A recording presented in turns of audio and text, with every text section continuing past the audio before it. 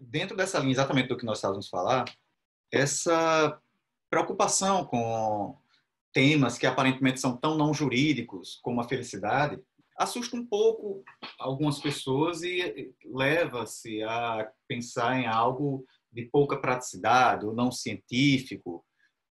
Em verdade, é muito mais um receio, às vezes, de algumas pessoas de enfrentar a temática devido a isso que foi falado há pouco, numa citação até que Marise trouxe, do Fritjof Capra, sobre esse modo de ver o mundo que nossa sociedade construiu. E já que foi mencionado Edgar Morin, ele também ataca muito essa questão de que nós enveredamos tanto por um cientificismo e nós compartimentamos tanto o conhecimento científico que você chega a construir até como se fossem ciências paralelas, às vezes a mesma ciência. Você tem antropologia de um tipo, antropologia de outro tipo, diz Morin, e parece que estão tratando de duas ciências que não se entendem. O direito também é parecido. Quantas vezes a gente não pega falando do direito constitucional que diz isso? Ah, mas se eu tivesse no direito internacional, seria assim. Gente, o direito é um. Onde é que ficou essa parte do livro de introdução? Onde é que ficou esse pedaço do livro de introdução que explicava que o direito é um? E sabe por que o direito é um? É uma explicação parecida de por que o poder do Estado é um. Porque o Estado é um só. Então, eu não posso estar submetido a dois senhores dentro de um mesmo território. Então, da mesma maneira, o direito é um porque o ser humano é um só. Quando eu começo a compartimentalizar demais, eu crio um direito esquizofrênico. Em conversas com colegas advogados, com magistrados, é comum, é natural, colegas professores, no meio jurídico, é comum alguém discutir um assunto e dizer, mas se isso for um direito social, a solução é esta. Se isso for um direito individual, a solução é... Gente, é um direito só. Não tem si. Ou é ou não é. Só que nós nos habituamos com isso como se isso fosse uma coisa normal. É por isso que eu sempre invoco a ideia da teoria Tupperware do direito. Se eu separar em vários compartimentozinhos, para não ser muito cruel e usar uma imagem comum lá no meu interior, que a gente fala de animais divididos em partes, vamos falar de uma... Por exemplo, peguei um maço de coentro, separei as folhinhas e o talo do coentro do outro lado e botei em vasilha separada. Eu não tenho um maço de coentro. Eu tenho pedaços de coentro. O todo ele é superior à soma das partes. Isso é básico para poder se falar disso, da integralidade. Então, o ser humano ele é uma integridade. Eu não tenho como separar, isso aqui é um direito individual, isso é um direito social, é como que eu separasse, isso aqui é um braço, isso é uma perna, está tudo guardado dentro da geladeira e é tudo uma pessoa. Não, você não tem uma pessoa, você tem um cadáver. Então, a gente trabalha com isso e não nos damos conta, muitas vezes. É por isso que, às vezes, vocês vão pegar decisões judiciais que dizem que estão interpretando, o Supremo tem muitas decisões nesse sentido, a segurança pública, e dizendo, não, mas a segurança pública não pode ir a esse ponto. E aí você começa a dizer, mas decisão X serve de precedente para isso, mas se for levado em conta o precedente e tal, como é que pode o mesmo direito estar gerando precedentes diferentes? Então, é aí que a gente vê que a ideia de felicidade tem muito mais contribuições práticas a trazer ao direito. Porque a noção de felicidade que a gente está falando aqui é de compreender que o ser humano ele é um todo. Ele não vai estar feliz apenas porque tem dinheiro. Ou ele não vai estar feliz apenas porque eu tenho um espírito livre. Tá, mas não tem comida, não tem casa, não tem saúde. Então, é um todo. Isso vai se transplantar para o direito. É natural que nós tenhamos uma visão de direito compartimentada pela própria evolução que nós temos da cultura jurídica. Ela é toda centrada numa cultura jurídica que eu não gosto muito da visão de separação da sociedade em classes, mas é uma visão toda voltada para um grupo social específico, sim, que normalmente a gente chama de elite. Quais são os debates de direito que há? São os debates que estão no judiciário. E o judiciário, historicamente, não estou dizendo hoje que houve realmente uma mudança de composição, mas historicamente ele foi formado por quem? Ora, só ia à justiça quem tinha patrimônio. E só ascendia a posição de julgador quem tivesse uma família nobre ou que tivesse condições de estudar e que tivesse condições de integrar aquela casta de magistrados. Era uma coisa para julgar questões patrimoniais de quem tinha dinheiro, por pessoas que entendiam esse ambiente. Isso gera, portanto, uma compartimentalização natural do pensamento do direito, que não pensa o homem todo, está preocupado só com um pedaço do problema do homem. O resto era resolvido fora do judiciário. A gente é que herdou uma ideia de que as coisas se resolvem no judiciário. O judiciário não resolve, o judiciário dá uma decisão. Então, indo para a nossa tela, é isso que nós queremos falar, trazer essas contribuições de ver o ser humano todo, para quando falamos do direito e a integralidade humana.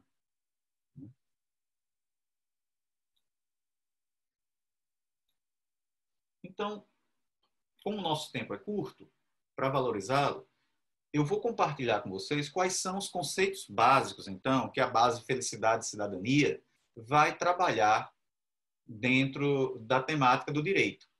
Poderíamos aqui ter agora um colega de economia falando das questões da economia e felicidade, um de psicologia e assim por diante. Eu vou falar das questões do direito especificamente, então o que é que a gente tira da felicidade? Vamos trazer uns conhecimentos básicos, uns conceitos básicos que nós utilizamos, digamos assim, a tecnologia de ponta que nós estamos tentando desenvolver dentro da base, são os conceitos que nós estamos pesquisando dentro da base de pesquisa, em cima disso que nós vamos nos debruçar, com o objetivo de trazer uma racionalidade para o debate científico. É muito comum, e quem foi meu aluno cansou de ouvir isso, que eu digo sempre, não existe separação de teoria e prática. Você é que estudou a teoria errada. Quando você diz, mas na teoria é muito bonito. Bom, você escolhe se quer ficar com uma coisa bonita ou com uma coisa feia. Sinal que você estudou uma teoria que não tem nada a ver com a prática, provavelmente. Então, é preciso trazer racionalidade. Outro discurso comum. Isso é a sua opinião. Não existe a história de sua opinião dentro da ciência do direito. O cientista do direito, ele diz a resposta. Agora, a decisão judicial, o parecer que o advogado vai dar, isso vai depender de vários fatores. Vai depender, por exemplo, do acesso a informações. Às vezes, o magistrado, ele tem que dar uma decisão, por questões até de urgência da situação concreta, e ele não tem tempo de buscar tudo que precisaria ou ter tempo de refletir. O Supremo Tribunal Federal agora está discutindo sobre as decisões que impactam no Poder Executivo. Há uma proposta de um determinado ministro de que deveria ser uma decisão colegiada apenas. Eu chamei isso de acocoramento institucional. Porque, na verdade, isso aí é tão somente a pessoa não entender de direito. Pare para pensar que todos os ministros do Supremo, nenhum deles foi formado numa época teórica em que existia a teoria dos princípios. E que, como todos os entendedores e pessoas que trabalham com a questão dos princípios chamam a atenção, lembram que, essa não é a teoria aceita no mundo todo. 2, essa é uma teoria que, na verdade, o país que mais aceita é o Brasil. 3, que, na verdade, apesar disso, nem assim ela é utilizada, na verdade, nos julgamentos. É um arremedo de teoria dos princípios. Na verdade, é só um dizer o que pensa, porque nós desenvolvemos aquela ideia de que no direito pode qualquer argumento. Então, as pessoas confundem as coisas. A medicina vai ter respostas. O médico pode conhecê-las ou não. Isso não quer dizer que a resposta do médico é a melhor resposta da medicina. Quantas vezes você não vai atrás de um médico, atrás de outro médico, a doença é a mesma.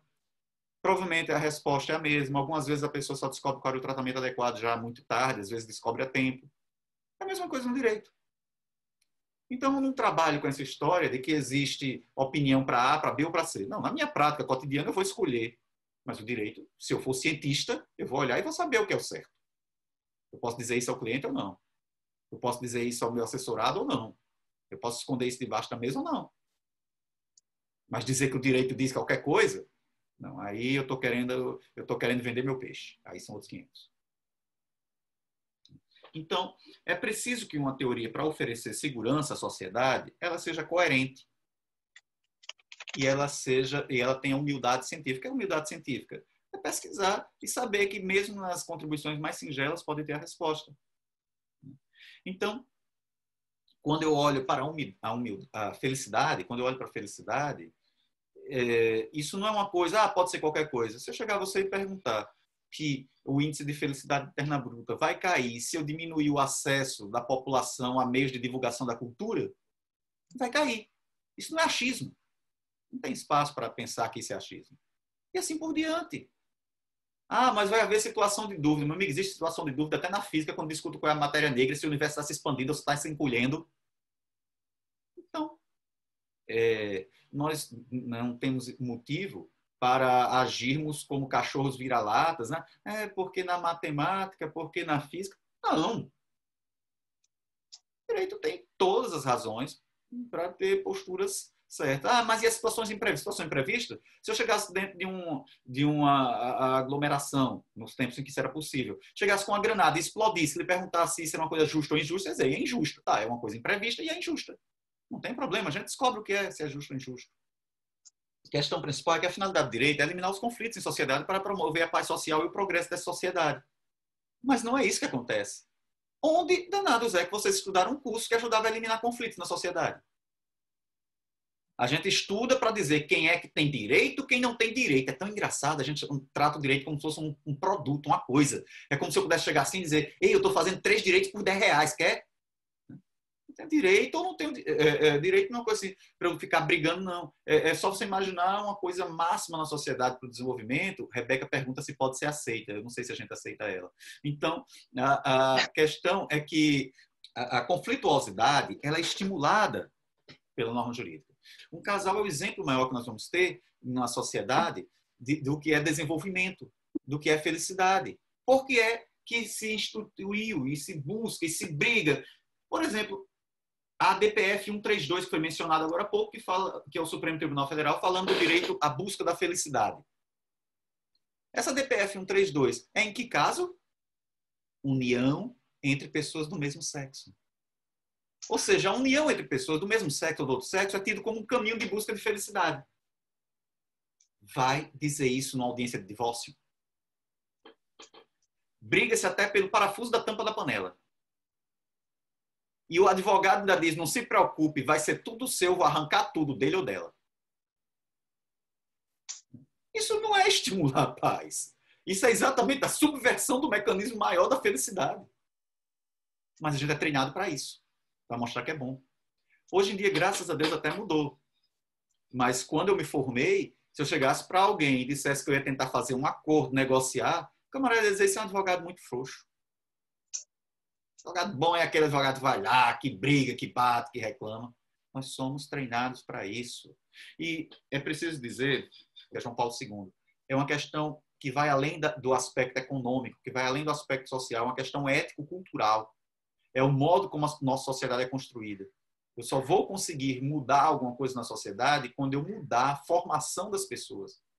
Quando eu mudar o que elas acreditam, como elas são criadas, como elas aceitam alguma coisa. Se nós educássemos as pessoas para respeitar o meio ambiente desde pequenininhas, era fatal que dentro de 1 a 2 gerações o meio ambiente fosse totalmente bem cuidado. Não tinha muito para onde correr. Não ia haver espaço. Mas nós não educamos para isso. Então, dessa perspectiva ético-cultural, os direitos humanos é a palavra que a gente vai encontrar para dizer qual é a visão de homem que a gente tem. Como é que a gente entende o ser humano. Por isso que tem que ser uma visão integral. Os direitos humanos têm que ter uma visão integral. Senão vai acontecer o que a gente diz, uma visão fragmentada. E nós não podemos trabalhar numa visão fragmentada. Há alguns instrumentos conceituais para a gente trabalhar, portanto, a felicidade e a integralidade dentro da ciência do direito. Primeiro é dizer que direito humano e direito fundamental é a mesma coisa. A única distinção possível é uma distinção puramente formal. É importante? Sim, é importante. É dizer que direito fundamental é aquele direito que está escrito num texto constitucional. Isso engendra todo um conjunto de argumentos próprios, isso engendra conhecer cortes internacionais, a diferença da corte local. Sim, mas são questões práticas. Para o cientista do direito, interessa que em essência, que é o fundamental, eu tenho que procurar a essência. É que, senão, é parecido com aquela coisa do... Quem aqui já teve filho pequeno já sabe disso, né? Você entrega... Quantas vezes não aconteceu de eu entregar um presente de dia da criança para meu filho e ele agarrar a fita do presente que embalou a embalagem, esquecer o presente em cima do sofá ou da mesa e sair correndo brincando com a fita que embala? Isso é muito comum. A gente parece criança com direito. A gente adora a fita que embala. Tudo bem numa criança, mas não quando você tem 20, 30, 40, 50 ou até ministro do Supremo. O povo adora a fita da embalagem. a questão de direito humano, direito fundamental é essa. Direito fundamental é embalagem. É importante para uma criança, é bonito, para engordar é bonito. Mas eu quero a essência, o que interessa é o que está dentro. Então, eu uso indistintamente essas duas palavras, por questão apenas de comunicar melhor, é que eu estou chamando o livro que deve sair fruto dessas nossas pesquisas na base de Teoria dos Direitos Fundamentais. Mas eu não faço qualquer distinção. Consequências hermenêuticas disso é o que nós temos tratado no blog. Eu pedi que vocês acessassem e no blog eu comecei a colocar, já tem uns 2 ou 3 textos, com alguns esquemas interpretativos de direitos fundamentais. Porque nós muitas vezes usamos alguns esquemas interpretativos tirados da doutrina alemã. E se vocês forem olhar o Supremo Tribunal Federal, esse aí então não usa nenhum. É totalmente aleatório. Então, há consequências hermenêuticas. A gente precisa estabelecer um método de interpretação e é um método trifásico que nós adotamos. Um método que eu coloco de uma maneira simples e direta, mas cada passo dele é fruto de um mergulho teórico, é fruto de um mergulho científico. Então, primeira fase é você identificar de que direito está se falando. Esqueça aquela história de MMA jurídico, de conflito entre direitos. Não. Isso é apenas o prazer pela arena. A humanidade passou séculos sem falar de conflito entre direitos. Só fala nisso de uns anos para cá. Pode muito bem conviver sem, não tem problema, não trouxe nada de positivo. Só tem um aspecto positivo, mas não vamos tratar disso agora porque exigiria um aprofundamento. Mas essas etapas são todas analisadas de acordo com a doutrina internacional, com tudo que existe sobre o assunto. Então, a primeira é identificar qual é o direito, qual é a pretensão resistida, no melhor estilo carnelutiano da noção de lide. Lembrando que Carnelucci é muito utilizado para a lide no direito processual, mas Carnelucci, na verdade, tem uma teoria da lide para a filosofia do direito. Né? E eu gosto muito da ideia dele. Segundo passo é identificar qual é a função do direito que está comprometida. E terceira etapa é identificar qual o grau de exigibilidade daquela função do direito. São 3 etapas. Nos textos que estão no progressione.blogspot.com, eles estão expostos, passo a passo, inclusive, as subdivisões dessas fases. É um método trifásico, né, que eu chamo de método trifásico integral. No modo de eu me aproximar do direito, também vai existir influência da ideia de felicidade.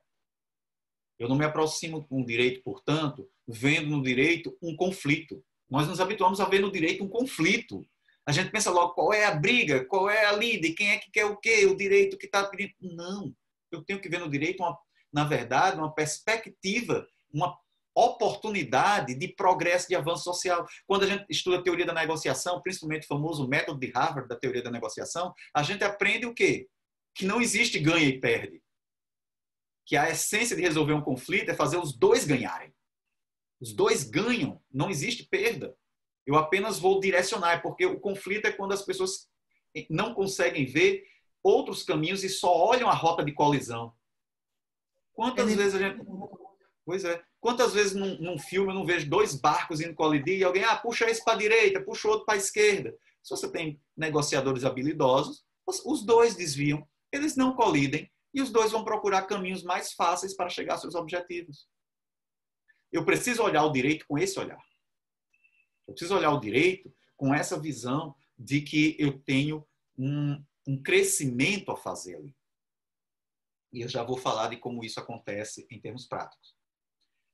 Bom, eu não vou ter como descer em detalhes de todo esse aspecto teórico que eu coloquei aí, né? Mas eu não vou deixar de dizer que vai ser essencial, principalmente para quem for pesquisar o tema ou estiver como meu orientando direto, o uso deste livrinho que eu chamo do pretinho, né? A Introdução aos Direitos Plurifuncionais. Enquanto não sair a Teoria dos Direitos Fundamentais, ele é a referência que a gente tem. Ele está disponível, eu deixei ele disponível na Amazon, em versão eletrônica, a preço simbólico, porque começou a Covid-19, então eu achei que era um mínimo de compromisso social. E depois para a gente mesmo, na base, como ia começar a base, eu digo, aí a gente vai falar de todos esses conceitos. Todo mundo diz que os direitos fundamentais são plurifuncionais. Só ninguém diz como é que eu escolho quantas funções são, quando ela funciona e quando eu devo usar alguma delas. Pequeno detalhe prático. Então, eu proponho uma teoria plurifuncional integrada dos direitos fundamentais. onde as funções são vistas de maneira articulada e de maneira a serem fáceis da gente dizer o que é que está acontecendo. Além dessa questão das funções de direitos fundamentais, que são a função pessoal, coletiva, ambiental e eficacial, a gente trabalha a ideia do desenvolvimento como direito fundamental de amplo acesso não discriminatório às políticas públicas. Ou seja, todo mundo tem direito a desenvolvimento, e desenvolvimento é eu ter a política pública que me permite ser quem eu sou. Ou seja, felicidade. Exatamente como a Marisa está falando. Então, eu moldo todas as funções de direitos fundamentais de maneira a servir ao ideal de desenvolvimento, ao ideal de dar condições para a pessoa acessar as políticas públicas. Essa é a base da teoria dos direitos fundamentais. E para isso eu desenvolvo um mecanismo de regras de eficiência. Eficiência em sentido forte, eficiência em sentido fraco e eficiência em sentido médio, que é de acordo com o que eu posso exigir daquele direito fundamental. Atualmente, na base, a gente tem trabalhado isso, e vai continuar com vocês agora trabalhando isso. Testar a aplicação dessa teoria. A gente está testando. Até agora, ela deu certo em todas as hipóteses que nós testamos. No livro tem umas 6, 7 hipóteses testadas. Na base, eu estou fazendo, no blog, eu tenho colocado alguns estudos mais detalhados. Nós estamos tentando testar a aplicação às mais diversas situações e até agora tem funcionado. Temos procurado aperfeiçoar quando vemos que há algum aspecto teórico que não está suficientemente claro, né? E sem também achar que ela é a última resposta, não. Estamos apenas tentando unir tudo de uma maneira coerente, não ficar com críticas vazias e abertas a teorias que estão por aí e que todas são elaboradas e defendidas por grandes autores. Então, tem que ser uma coisa feita com responsabilidade. Falei já do sistema trifásico integrado de interpretação dos direitos fundamentais. Os textos para isso está aí, Rebeca, o blog, né, o progressione.blogspot.com, que é o blog da linha de pesquisa, e que vocês podem acessar também clicando lá no link que está na bio do Instagram. Recentemente eu coloquei uma sequência de textos pensando exatamente nessa nossa base, nessa nossa equipe, que é direito e emoções. Por quê? Porque a cultura jurídica ela tem um discurso e uma realidade, como a gente costuma dizer. A bem da verdade é porque a gente não olha a cultura jurídica de verdade. A gente lê num livro, a Constituição brasileira prevê, o que é que eu comentava ontem? A questão da honestidade do parlamentar. E, desculpa, não prevê não. Mas tem palavra tal escrita. Isso parece aquela história da pessoa que, infelizmente, é uma realidade. Eu vou pegar um estereótipo machista, mas que existe na nossa sociedade, não podemos negar, que é, por exemplo, da senhora que apanha do marido. É alvo de violência doméstica. E qual é a resposta que, muitas vezes, essa pessoa dá por conta da opressão e da violência estrutural também que há atrelada a isso? Mas eu gosto dele. Mas ele é uma pessoa boa.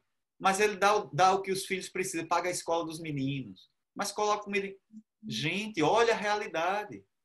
É comum, infelizmente, quem já conversou com pessoas nessa situação, ouvir coisas desse tipo. A pessoa não vê a realidade de sofrimento, prefere ver uma migalha de alguma coisa. É o que a gente faz com a Constituição. A gente pega uma migalha ali porque a Constituição lá no começo disse isso, é porque ela diz. Não diz. Lê. O silêncio da Constituição é eloquente. Lê a Constituição e você vai entender por que tem troca de partido. Por que existe corrupção. Por que é permitido, às vezes, a gente dizer que o presidente da República está agindo autoritariamente e ele dizer, mas eu estou agindo de acordo com a Constituição. Está sim. A gente diz, mas isso é antidemocrático. E eu digo, e quem disse que a Constituição é democrática? A gente se engana. A Constituição é tão boazinha e ela só dando lapada na gente. Então você está contra a Constituição? Não, a nossa Constituição ela tem condições de ser consertada. E o que adianta, aliás, a Constituição? A Constituição mexicana é a mesma lá de 1917. Ela já passou de um país extremamente cruel a um país republicano. A Constituição americana, não sei quantos anos. Por quê? Porque não interessa o que está escrito. A verdade é essa.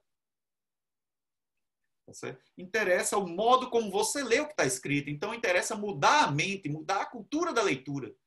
Por que é que eu pego o dispositivo? A Constituição, quando quis dizer que uma coisa era indireta, ela disse. Qual o livro de manual de direito constitucional que diz que o Brasil não admite eleição indireta? Todos dizem que admite. Na hipótese do presidente e do vice-presidente deixarem vagos os cargos nos 2 últimos da eleição indireta. Onde a Constituição diz que é indireta? Ela diz, será feita pelo Congresso Nacional. Assim como diz que a eleição será feita pelo TSE e ninguém fica imaginando que é só os ministros do TSE que votam. Cada um lê o que quer. Então, para mim, o maior símbolo da cultura não é da Constituição. A Constituição ela é antidemocrática porque nós fazemos ela antidemocrática. O texto ele permite ser qualquer coisa, ele tem palavras bonitas ali. Então, eu parto disso para mostrar que a Constituição que nós utilizamos na prática ela é composta de emoções. O medo é constitucionalizado. A raiva é constitucionalizada. A vergonha é constitucionalizada. O que é isso? São vertentes teóricas. Quando você pega uma corrente normativista, ela é toda focada na ideia de medo. Ela é toda focada na ideia de ordem jurídica firme, reta, a lei que manda, a outra que obedece, e a outra é inconstitucional, e vale o direito positivo, vale o que está escrito. O que é isso? É medo. Qual é o expoente da doutrina normativista? Todo mundo vai dizer que, apesar de só no Brasil ele ser tão insensado assim, mas no mundo todo se aceita que Hans Kelsen é um grande nome dessa doutrina. Hans Kelsen tinha motivo para ser medo? Para ter medo? Fora o fato de ter convivido com o hitlerismo e ter tido que fugir para os Estados Unidos, perseguido, e ter tido que propor uma doutrina que não permitisse o medo. Então, é uma doutrina de medo. Ah, então vamos eliminá-la? Não, calma. Hipoteticamente, a gente poderia dizer que 1/3 da população teria medo. Eu posso eliminar 1/3 da população? Não. Então, eu tenho que entender que essas vertentes teóricas, apenas o reducionismo que pretende elas exclusivistas e dominadoras da explicação é que são problemáticas, mas não. Elas são doutrinas que apenas têm que ser compatibilizadas. Tá? E ela é impossível de compatibilizar se você não sair da teia criada pelo positivismo. Professor, posso fazer uma pergunta? Indague. Então, o direito ao medo, supostamente, nasceria daí dessas brechas que a Constituição deixa? Eu li aquele... Não diretamente? Não, porque é o seguinte, não é bem brecha, às vezes é explícito mesmo. A existência de uma força policial, por exemplo, é um apogeu da ideia de medo. Eu tenho que ter que me proteger. Seria das contradições. Sim. Das contradições existentes na Constituição. Exatamente. Então, a gente tem que entender que o medo é uma emoção que está dentro da ordem jurídica. Pretender apenas que as teorias consectárias do medo, como o normativismo kelseniano, sejam as únicas explicações possíveis, é que é o problema. Eu tenho que entender que existem dispositivos que consagram esse sentimento, mas que não deve presidir a toda e qualquer interpretação. A outra é o da vergonha. Eu chamei do direito a ter vergonha. Né? A teoria dos direitos fundamentais como princípios, do Robert Alexis, é um caso clássico disso. É uma teoria que tenta abranger, abraçar, resolver os casos, enfrentar os conflitos. Não pode ter conflito porque eu tenho vergonha de ter conflito. O que é um conflito? É quando eu não resisto à presença do outro. Não resistir à presença do outro é uma palavra que a gente pode usar para definir isso, é vergonha. É a pessoa que combate com o outro internamente. Então, os dispositivos de vergonha são dispositivos que acentuam, que têm dificuldade de ter confiança. E acentuam o conflito. Acentuam o eu não posso estar diante da sua face. E tenta harmonizar tudo. E tem uma outra, que é a questão da visão da raiva. A raiva são as respostas imediatas do ordenamento jurídico, é outra emoção presente no ordenamento jurídico. São as respostas imediatas. Guerra. A guerra está constitucionalizada, é possível uma guerra. É o auge, é o apogeu da raiva. do direito constitucional da raiva. Eu vou dizer que não deve haver, por exemplo, uma medida provisória, que tem que ser adotada numa situação de urgência real, vamos imaginar uma situação legítima para o uso dela. Então, isso é uma emoção de raiva presente dentro da ordem jurídica. Eu tenho que ser capaz de ver as emoções presentes dentro da ordem jurídica e saber a hora em que cada uma delas deve atuar. Uma ditadura é um Estado que institui a raiva como único modelo. Como único modelo constitucional. A Constituição de 37 é a Constituição da raiva. O AI-5 é um ato institucional da raiva. E eu esqueço que a vergonha também tem um lado de compaixão. E eu esqueço que o medo também tem um lado de segurança. E eu preciso de segurança jurídica, eu preciso de compaixão na sociedade. Eu só não posso ter excesso de nenhum desses. E como é que eu faço para evitar os excessos? Não existe perspectiva no momento. A não ser que a gente desenvolva o direito à felicidade e esperança. O direito à felicidade é a balança que vai conseguir organizar tudo isso. Quando eu começo a trabalhar a ideia de felicidade, eu começo a trabalhar isso. E a ideia de felicidade, isso é uma coisa que a gente vai elaborar, dentro do direito constitucional, eu tenho entendido ela cada vez mais como presente dentro da ideia de livre desenvolvimento da personalidade. É uma vertente do livre desenvolvimento da personalidade. Que alguns autores dizem que não existe no Brasil. Isso é erro de leitura. Inclusive, eu até lamento que alguns autores com grande conhecimento passam batido nisso. Dizem que não há no Brasil. Há, inclusive com todas as letras. Está previsto exatamente no nascedouro dessa ideia, que é no direito à educação. É o direito à formação da pessoa, ao crescimento da pessoa. Que é exatamente a origem disso na Alemanha. Mas é porque depois tomou um desenvolvimento voltado para os contratos e os direitos individuais que as pessoas só olham para esse lado. O livre desenvolvimento da personalidade é, em síntese, vou colocar aqui na versão que eu vejo, é o você ter direito a ser quem você é, com todas as suas forças. Esse é o livre desenvolvimento da personalidade. Só que ele permite uma aplicação ampla demais, é um princípio geral do geral. É preciso que nós tratemos ele de uma maneira mais específica. E quando eu vou falar de direito à busca da felicidade, aí eu já trago ele para um patamar mais específico de direito, de quando você enfrenta um obstáculo a você ser quem você é. Então, eu vejo que ao redor da ideia de felicidade a gente gravita aí com diversos outros institutos jurídicos e outros direitos encadeados. É parecido com o direito à liberdade de reunião, que foi tão debatido. O direito à liberdade de reunião por si só é um direito meio vazio. Ele é mais um direito garantido que um direito fundamental essencial. Por quê? Para que eu tenho reunião? Para que eu quero me reunir? Para ficar todo mundo feito um papangu, olhando um para a cara do outro? Não. É porque eu tenho que ter liberdade de associação sindical, é porque eu tenho que ter liberdade de manifestação do pensamento. A gente se reúne, por exemplo, agora aqui para eu poder falar e dizer minha ideia. Então, ele tem um sentido. Nós estamos exercendo aqui, neste momento, o direito de reunião, numa perspectiva até que não é tratado pelos autores. Porque os autores entendem a liberdade de reunião como uma reunião presencial num espaço físico. E eu até utilizo normalmente essa visão. Mas temos que entender isso aqui também como uma liberdade de reunião. Só que normalmente é chamada apenas de liberdade de expressão. É pouco tratada. O direito de reunião eletrônico. Então, eu preciso ver que os direitos eles existem encadeados. Há um encadeamento normativo. Então, do mesmo jeito que o Supremo Tribunal Federal, eu acho que de maneira acertada, diz que não se pode falar de liberdade de expressão e direito de reunião separadamente, os dois sempre estão juntos, eu também acho que não dá para falar de livre desenvolvimento da personalidade, felicidade, desenvolvimento, como direitos separados. Eles formam uma unidade. E aí, isso tudo são aspectos teóricos que a gente veio falando, e que são os conceitos que a gente embasa tudo que vamos trabalhar na base, do ponto de vista do direito, eu vejo que também é preciso, no método, como eu já disse agora há pouco, enfrentar um método de olhar o direito das pessoas, o direito subjetivo agora, olhando como um advogado, um juiz, né, um professor que tem um parecer para dar, eu vejo que há um método que a gente precisa ver, um método com atenção ao ser humano. Na psicologia, eu elencaria duas teorias.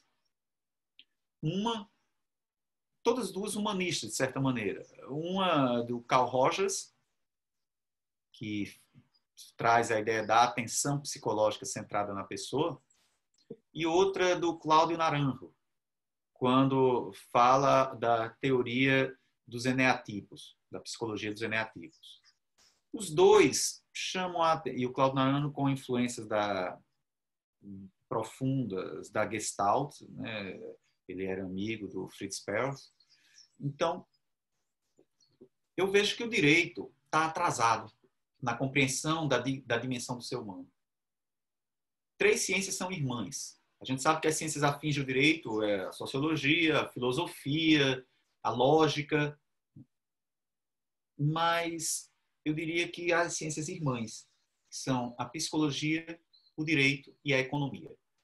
As 3 voltadas para o comportamento humano, para dizer os motivos de como o homem se comporta assim, para dizer como o homem deveria se comportar e para tentar entender os caminhos que o comportamento humano toma, respectivamente a psicologia, o direito e a economia.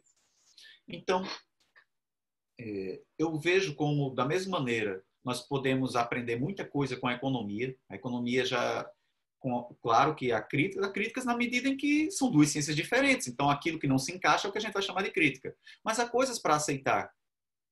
A forma da análise, por exemplo, que a economia faz das relações entre as pessoas é muito interessante porque a economia ela se preocupa mais com os elementos objetivos para evitar uma multiplicidade sem fim de questionamentos. O direito adora a multiplicidade sem fim dos questionamentos. E a economia não para, estou falando da ciência econômica, de dar resposta, de ter seus debates, porque isso existe. O direito não. O direito é como se parasse para resolver isso. A gente fala um pouco mais disso quando disser... No livro eu falo disso, da questão do excesso de subjetividade. Então, a gente pode também aprender muito com a psicologia quando a psicologia fala nessa questão da análise centrada na pessoa, vendo o ser humano em seu todo, não apenas uma parte dele. Então, isso vai desde o atendimento de uma pessoa.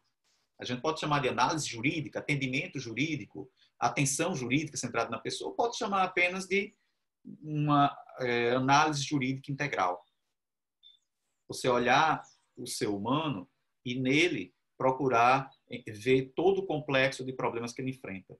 Quando você resolve um problema pontual, uma carga, um peso que a pessoa vem carregando, meu tempo já se esgota, eu vou encaminhar para o fim, você analisa o peso que ele vem carregando, você resolve aquele problema. Na esquina ele vai encontrar outro problema. Por quê? Porque está dentro dele a carga conflitual, ético-cultural que ele está carregando. Você não resolveu o problema dele, você só segurou um pouquinho para ele ir ali pegar outro. Você tirou uma pedra dos ombros dele para ele ir lá na frente e pegar outra. Você tem que resolver o problema da pessoa. Você tem que olhar o problema que ele traz e enxergar onde é que está a origem. Uma vez eu precisava evitar uma ação. Eu sabia que eu ia ganhar a ação, eu enquanto advogado, que a gente tinha razão. Era tranquilo na jurisprudência e nos juízes aqui. Normalmente eu levaria um processo naquele tempo sobre isso, levava um ano e meio tramitando até a gente ganhar. Digamos que eu ganhei em 1 mês. Durante 4 semanas eu atendi durante 1 hora a outra parte, né, para negociar. Sabe qual foi a negociação? Deixar a outra parte falar. Eu chamo isso de caso zero. Foi onde eu aprendi isso. A outra parte falava lá bastante, eu conversava sobre o que ela podia fazer na vida para resolver os seus problemas, problemas familiares, problemas de saúde, problemas com os filhos. 1 mês depois ela chegou e disse, ela não disse que a gente, o outro lado, no meu caso eu era advogado público já, ela não disse que a gente tinha razão. Ela disse apenas que estava tão feliz que tinha resolvido os problemas dela que não estava nem mais lembrando do porquê é que queria entrar com a ação. Então você resolveu problemas de conflito na sociedade. Atacando o quê? O nascedouro do problema. Certa vez, a primeira decisão judicial que deu direitos a uma comunidade indígena no estado foi num processo que eu atuei. Eu recebi a comunidade dizendo que estava para ser alijada de suas terras e não tinha nenhum documento jurídico. Todos os colegas e professores que eu conversei pedindo opinião disseram que, infelizmente, era a realidade cruel, que teria que ser uma luta política, mas juridicamente eles não tinham realmente nenhum direito. Em uma semana eu estava com a liminar em favor deles. Como? Simples. Eu olhei o problema de uma maneira mais ampla. Fui atrás do nascedouro do problema, de como era, de por que a nossa interpretação jurídica não dava direito a eles. E eu verifiquei que eu poderia dar direito a um deles. Um deles tinha direito. Da comunidade inteira, um tinha direito. Nós defendemos o direito dele e ele, por sua vez, defendeu o direito da comunidade toda. Então, você tem que mudar o foco. Em vez de focar na pedra que a pessoa está trazendo, você tem que focar na pessoa. E qual é o desejo dela? O que é que ela quer resolver? E através de negociação, através de diálogo, você pode conseguir essa amplitude. Bom, gente, eu vou terminando por aqui a apresentação desses conceitos que a gente vai tentar aplicar ao direito junto com vocês. Olha, o que me chamou a atenção, sobretudo aqui da palestra do Fabiano, é essa questão da necessidade de olharmos esta questão da felicidade não só, obviamente, do ponto de vista do direito, né? Porque eu tenho ou eu não tenho, eu tenho que olhar isto de um ponto de vista mais amplo, né? Esta negociação, tudo isto é necessário para conseguir ter um bom resultado, né? Porque muitas vezes você estava dizendo, você fez aí uma analogia engraçada sobre um conjunto de 3 direitos por 10 ou não sei o quê, né? Tipo, eu achei engraçado, porque realmente é aquilo quase que a gente vende, né? Um pacotezinho, você leva para casa e você tem. E a coisa não é bem assim, né? E às vezes para fazer valer esse direito, para fazer valer a felicidade, é preciso ter a big picture, né? Analisar a coisa numa perspectiva pluridisciplinar, muitas vezes, não é? Tentarmos encontrar aqui a forma onde realmente vamos... Aquele caso que você falou da pessoa que chegou ali e disse, olha, afinal, tanto que a gente conversou que eu fui resolver os meus problemas, basicamente. E agora já não preciso iniciar aqui uma disputa que talvez não me trouxesse a tal da felicidade. Por isso, a mim, foi muito importante, mas sobretudo para me abrir aqui um pouco o horizonte. Primeiro com a palestra da professora Marisa e depois com o Fabiano aqui, porque me permite olhar aqui para algumas coisas que nós fazemos, mas com outra perspectiva, né? E também criar uma certa sensibilidade, que eu acho que também é importante. Quando nós criamos sensibilidade no estudo de algumas coisas, nós acabamos enquadrando aquilo que nós fazemos do dia a dia nessa perspectiva, que eu acho que é importante. Não é que a gente esteja a inventar nada, né? Mas estamos a fazer aquilo presente, aquilo da educação, né? Estamos a educar a nossa mente. E isso é realmente aqui, para nós, sobretudo, que a felicidade é mais ou menos assim e tal. Eu acho estranho quando uma amiga minha diz, eu tô ótima. Eu tô ótima? Mas como assim? Como é que faz ótima? Isso não é possível. O que aconteceu? Então, por isso, assim, para mim, a palestra de hoje foi realmente, sobretudo, este aprendizado de olhar e de pensar as questões de uma forma diferente. Por isso eu não tenho questões, tenho mais este agradecimento do que propriamente uma questão. Maria. Eu acho assim que você deixa claro como é uma série de questões, assim, uma abertura, como você bem coloca, a abertura do nosso campo de visão. A gente foi formada, né, naquele modelo cartesiano de dividir tudo e de olhar para aquilo ali. E eu acho que a temática da felicidade, ela nos possibilita um olhar muito mais ampliado sobre os sistemas antigos, né, que a gente trabalha. Sobretudo porque a gente quase que pensa, isso não é direito, isso é outra coisa, né? Isso é outra coisa, mas não é, né? Isso está dentro do... Então, eu acho isso muito interessante. Então, acho que sim, acho que temos aí muita coisa gira para estudar, para aprender, sobretudo para aprender. Eu mais do que aprender, mais do que... acho que temos aí muita coisa gira para fazer pela frente. Tem uma pergunta interessante de Paula, não Silveira, Paula Letícia, sobre como aplicar a ideia do direito ser uno ao direito internacional quando a soberania dos países é de grande interferência. Paula, essa questão do direito internacional já me rendeu muitas desavenças, inclusive com alguns colegas que são avessão internacional. Quando eu falo direito único, eu estou me referindo à ciência do direito, compreender, por exemplo, os direitos humanos. O debate que a gente vai enfrentar aí não vai ser do ponto de vista, portanto, da soberania internacional, porque a soberania internacional vai permitir que eu tenha os direitos particulares, que cada país tenha a sua própria ordem jurídica. Mas são ordens jurídicas diante, por exemplo, de uma Declaração Universal dos Direitos Humanos. O que é correto, o que é justo, aí eu vou retomar a noção de Santo Tomás de Aquino, é a reta razão. onde no mundo eu puder dizer que uma pessoa de bem pare para refletir sobre a humanidade, vai chegar às mesmas conclusões. É um certo justnaturalismo até de conteúdo biológico.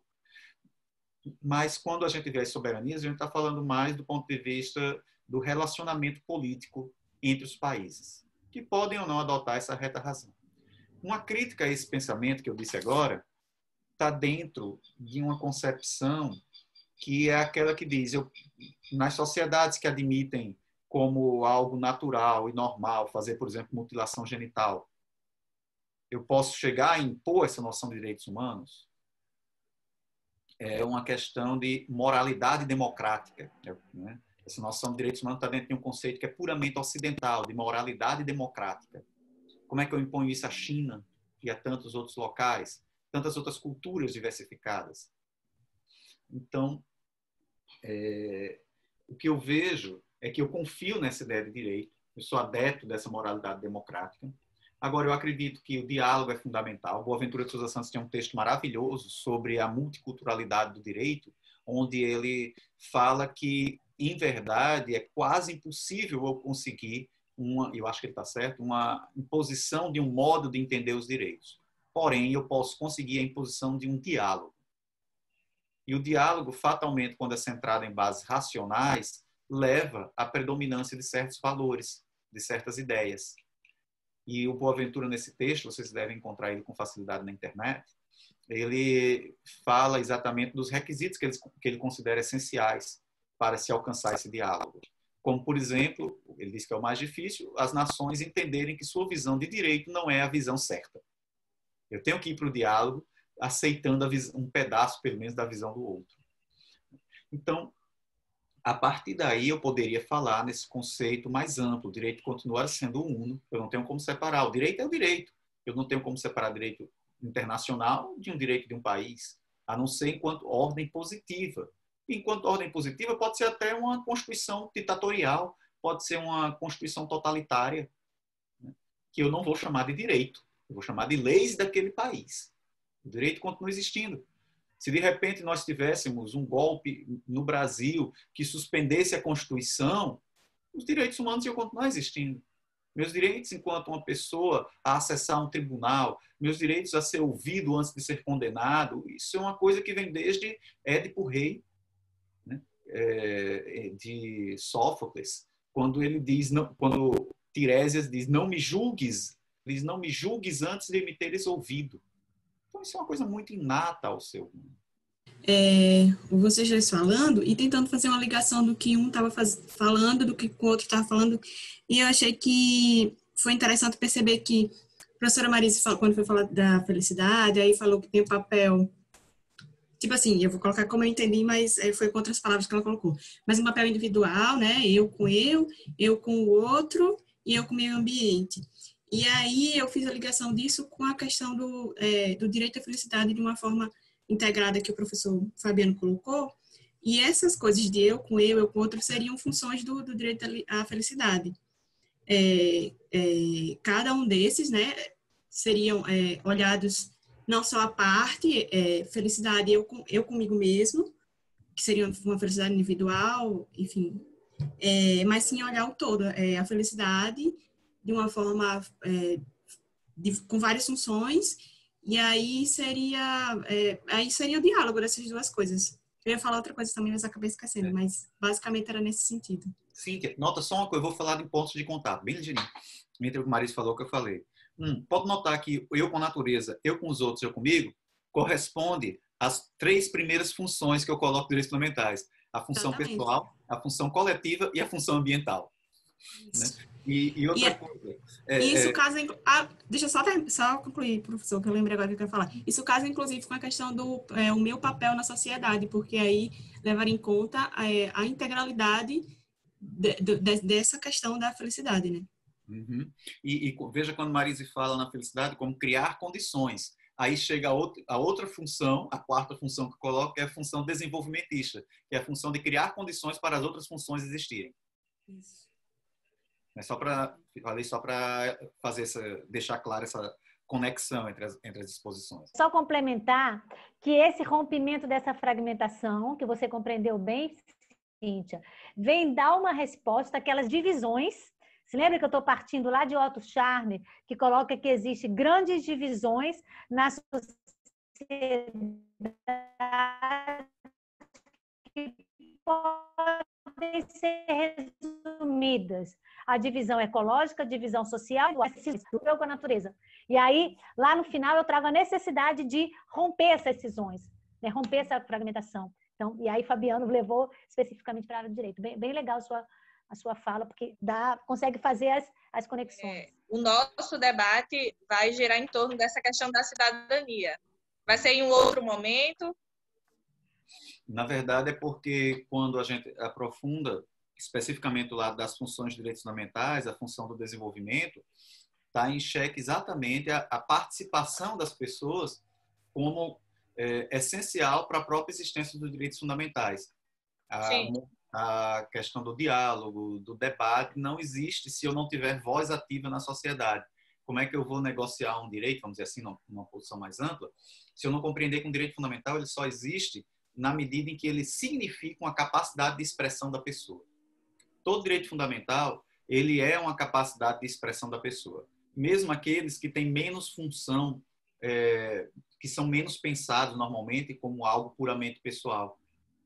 O direito da saúde é a sua capacidade de você ter saúde para você poder exprimir-se. Para que você quer saúde? Se não ser para você exprimir o que você é, né? E assim por diante. Desde o direito a você dizer a sua opinião política na hora do voto, até você ser capaz de exprimir quem você é.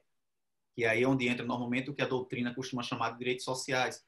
Então, nada mais ou menos que os direitos é você ser quem você é. Curioso, né? Que é uma expressão bem de direito individual. Ser quem você é parece uma coisa bem autonomia contratual, autonomia da vontade. Mas é o que é o direito social. São as condições para você ser quem você é.